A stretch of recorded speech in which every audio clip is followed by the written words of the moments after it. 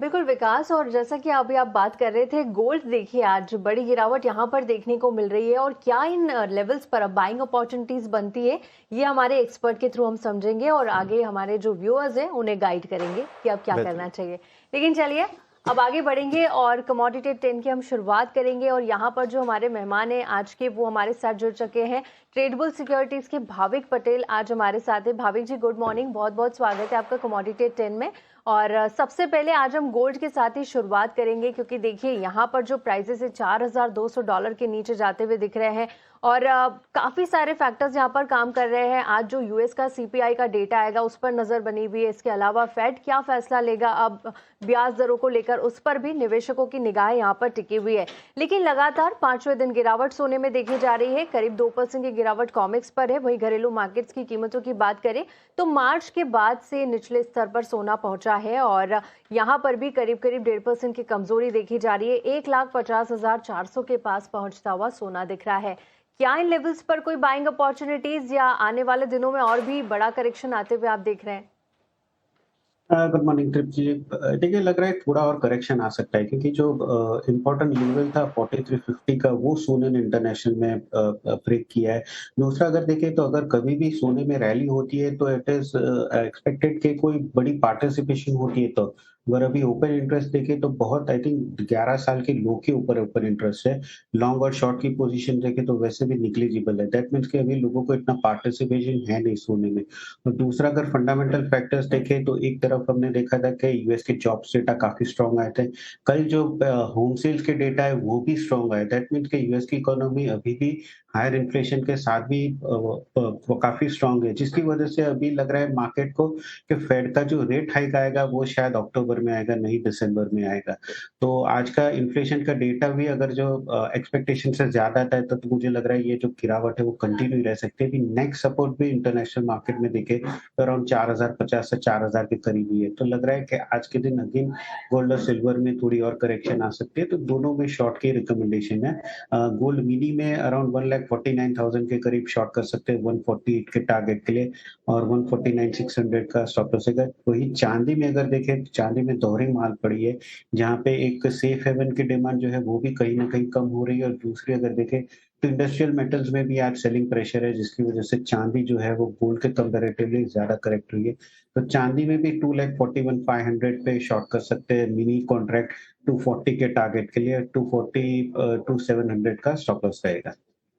All right, तो यहाँ पर जो है करेक्शन आता हुआ और नजर आएगा। फिलहाल इन लेवल्स पर शॉर्ट करने की सलाह बता रहे हैं। गोल्ड मिनी 1,49,000 के लेवल पे आप शॉर्ट करके चलिए। टारगेट 1,48,000 का।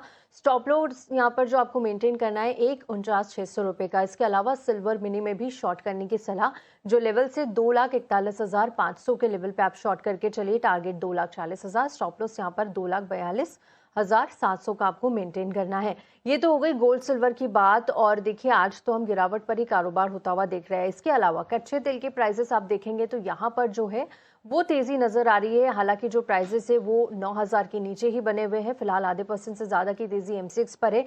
8,483 ये लेवल है एमसीएक्स पर क्रूड का। और इसके अलावा आप इंटरनेशनल मार्केट में देखेंगे ब्रेंट क्रूड $92 के यहाँ पर कारोबार करता हुआ, डब्ल्यूटीआई क्रूड $88 के नजदीक कारोबार कर रहा है।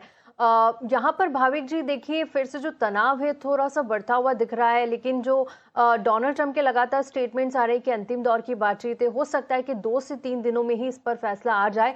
लेकिन लगातार जो चिंताएं हैं वो बरकरार है। यूएस के जो एनर्जी सेक्रेटरी है उनकी तरफ से भी एक स्टेटमेंट आया था कि हॉर्मुज में अब जो है वो चीजें बढ़ रही हैं, और जो शिपमेंट है वो बढ़ने वाला है। काफी सारी चीजें लगातार काम कर रही है, लेकिन थोड़ा सा ऊपरी स्तरों से हम देख रहे हैं कि प्राइसेस नीचे आ रहे हैं। क्या लगता है आपको अब आज के लिए क्या रणनीति लेकर कच्चे तेल में चलना चाहिए? देखिए आज के लिए तो मुझे लग रहा है कि तेज़ी करनी चाहिए, क्योंकि कल हमने देखा था कि यूएस का जो हेलीकॉप्टर है वो भी आई थिंक ईरान ने जो है वो स्ट्रेट ऑफ हॉर्मुज़ में ब्रेक डाउन किया था। और उसके बाद आज ईरान की तरफ से भी काफ़ी स्टेटमेंट आया कि उन्होंने यूएस के एसेट्स एटलीस्ट कुवैत, बहरीन है, वहाँ पे अटैक किया है। हालाँकि यूएस ने अभी बोला है कि ऐसा कुछ नहीं हुआ, बट मुझे लग रहा है कि ये कहीं न कहीं जो स्किर्मिश है वो वापस से तनाव जो है शुरू हो गया है। सुबह भी हमने देखा था कि इज़राइल है, उन्होंने भी बेरूत पे वापस से अटैक किया है। तो आई थिंक ये जो फ्रेजाइल पीस टॉक जो है, वो मुझे लग रहा है शायद ब्रेकडाउन भी हो सकते हैं। हालाँकि यूएस की तरफ से पॉजिटिव स्टेटमेंट आ रहा है, बट ईरान और इज़राइल की तरफ से देखें तो कोई अभी भी स्टेटमेंट नहीं लग रहा है। तो तनाव जो है वो थोड़ा वापस से एटलीस्ट वीकेंड से पहले बढ़ चुका है, जिसकी वजह से आपने देखा कि कच्चे तेल में कल हमने 4.5% की गिरावट के बाद थोड़ी अपटिक देखने को मिली है। तो मुझे लग रहा है आज भी ये जो अपसाइड है वो कंटिन्यू रह सकता है। वैसे भी अगर देखें तो कच्चे तेल में अच्छी खासी 2 दिन में हमने करेक्शन भी देखा था। तो एक टेक्निकल बाउंस भी एक एक्सपेक्टेड है। तो आज कच्चे तेल में 83, 80 पे बाय करके चल सकते हैं, 8500 के टारगेट के लिए, 8250 का स्टॉप लॉस रहेगा। और वही है कि जब तक $90 के नीचे सस्टेन नहीं कर रहा है ब्रेंट, या 8200 के नीचे एमसीएक्स में जा नहीं रहा है, तब तक नहीं लग रहा है कि कोई भारी गिरावट आएगी कच्चे तेल में। राइट, तो 8,300 के नीचे नहीं जा रहा है, तब तक कोई गिरावट एक्सपेक्टेड नहीं है। इसके अलावा ब्रेंट क्रूड के लिए भी एक अहम लेवल $90 यहाँ पर बताया है। यहाँ पर आपको बाय रिकमेंडेशन है, जो स्ट्रैटेजी है वो हमारी स्क्रीन पर लेवल्स के साथ फ्लैश हो रही है, तो यहाँ पर आप अपनी रणनीति आज क्रूड में बनाकर चल सकते हैं। आगे बढ़ेंगे। जैसा कि आपने भाविक जी बताया, बेस मेटल्स में आज सेलिंग प्रेशर नजर आ रहा है और हम देख पा रहे हैं कि कॉपर 1322 के लेवल पर है। जिंक की बात करें तो 364 के लेवल पे कारोबार हो रहा है। लेड यहाँ पर 204 के लेवल पे कारोबार कर रहा है। निकेल 1737 पे और एल्यूमिनियम में थोड़ी ज्यादा गिरावट है, 1 से 1.25% की गिरावट है और 372 के लेवल पे कामकाज होता हुआ।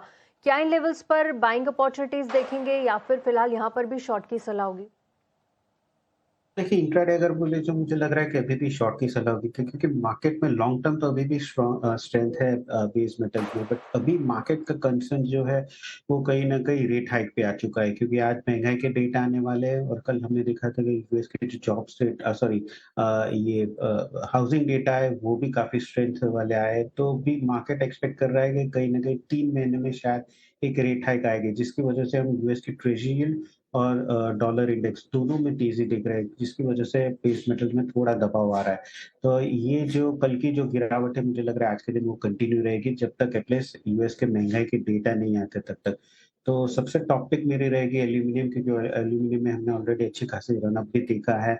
तो आज एल्यूमीनियम शॉर्ट करके चल सकते हैं 375 के करीब, 370 के टारगेट के लिए, 378 का स्टॉप लॉस होगा। वहीं कॉपर की बात करें तो आई थिंक जब तक वो 40 के ऊपर नहीं है, 1240 के ऊपर नहीं, सॉरी 1340 के ऊपर नहीं है, तब तक शॉर्ट की रिकमेंडेशन है। तो 1335 के करीब एक बार कॉपर भी शॉर्ट करके चल सकते हैं, 1310 के टारगेट के लिए 1345 का स्टॉप लॉस रहेगा।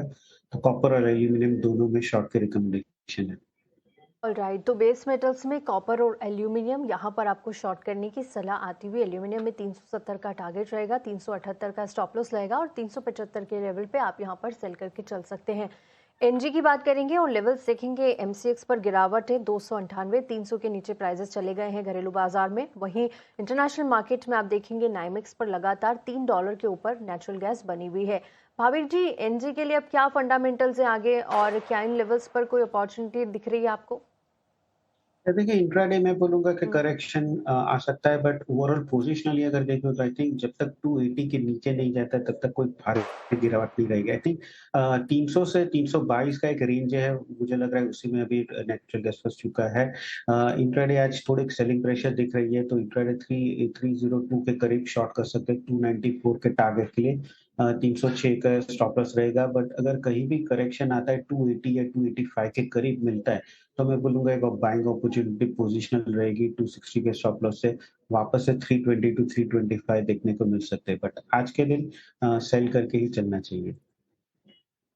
ऑल राइट, तो एनजी पर ये रणनीति आती हुई भाविक जी की तरफ से और तमाम बेस मेटल्स में भी हमने बताया है आपको कि आज आपको क्या करना है, कौन से लेवल्स अहम है, तो आप उन लेवल्स का ध्यान रख के अपनी रणनीति आज बना सकते हैं कमोडिटीज में। चलिए, इसी के साथ कमोडिटी 10 को हम यही समाप्त करेंगे। भाविक जी, बहुत बहुत शुक्रिया हमारे साथ जुड़ने के लिए और तमाम काउंटर्स पर बातचीत करने के लिए।